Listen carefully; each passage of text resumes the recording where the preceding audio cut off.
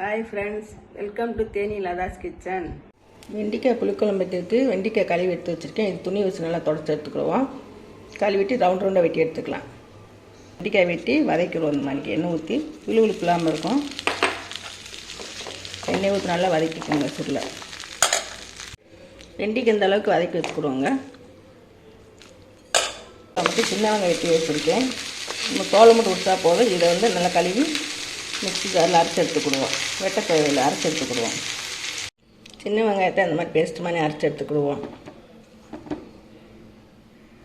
ஒரு எலுமிச்சம்பழம் அளவுக்கு புளி எடுத்துக்கோங்க. தண்ணி ஊற்றி அலசி கீழே ஊற்றிட்டு மணலாக இருக்கும், அதுக்கு தண்ணி ஊற்றி ஊற வச்சுக்கோங்க. தேவையான பொருள் எடுத்து வச்சுக்கலாங்க. கடுகு நம்பர் கொஞ்சம் எடுத்து வச்சுருக்கேன். மஞ்சள் தூள் கொஞ்சம், குழம்பு மிளகாய்த்தூள் ஒரு 4 ஸ்பூன் எடுத்து வச்சுருக்கேன். கருவேப்பிலை, இது புளியை ஊற வச்சுருந்தோம் பார்த்தீங்களா, புளியை கரைச்சி எடுத்து வச்சுருக்கேன். இது வெங்காயம் அரைச்சி வச்சுருக்கேன் பாருங்கள், பேஸ்ட் மாதிரி அரைச்சி எடுத்துருக்கேன். அது ஒரு கிணத்துல எடுத்து வச்சுருக்கேன். வெண்டிக்காய் புளிக்குழம்புக்கு தேவையான அளவு எண்ணெய் ஊற்றிக்கலாங்க. கடல் எண்ணெய் ஊற்றிருக்கேன். எண்ணெய் நல்லா காயட்டும். எண்ணெய் நல்லா காஞ்சிச்சுங்க. கடுகு போட்டுக்கலாம். நல்லா வெடிச்சு கிடட்டும்.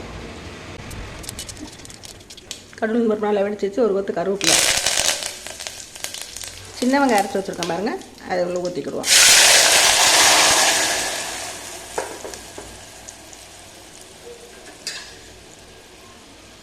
கால் ஸ்பூன் மஞ்சள்தூள், குழம்பு மிளகாய்த்தூள் 4 ஸ்பூன் எடுத்து வச்சுருக்கேன். உரப்பு தகுந்த மாதிரி போட்டுக்கோங்க. புளியை ஊற வச்சு கரைச்சி எடுத்து வச்சுருக்கேன். அதை உள்ள ஊற்றிக்கிடுவோம்.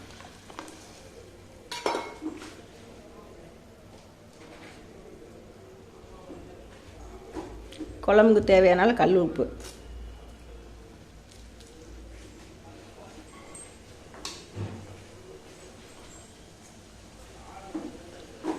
இப்போ வெண்டிக்காய் வதக்கி வச்சுருக்கோம் பாருங்கள், அது உள்ளே போட்டுக்கிடுவோங்க.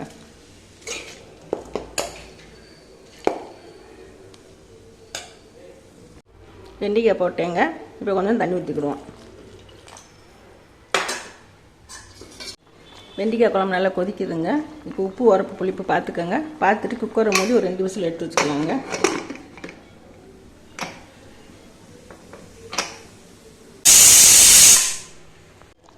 வெண்டிக்காய் புளிக்குழம்பு ரெடி ஆகிடுச்சுங்க. குக்கர் விசில் இது பண்ணி தண்ணியாக இருந்துச்சுன்னா அவங்க தேவைக்கு அந்த மாதிரி வற்று வச்சுக்கோங்க. உப்பு உரப்பு பார்த்துக்கோங்க. வளவளப்பு இல்லாத வெண்டிக்காய் குழம்பு ரெடி ஆகிடுச்சு ஈஸியான மெத்தடில். இது சாப்பிட்டு பண்ணு கமெண்ட் சொல்லுங்கள்.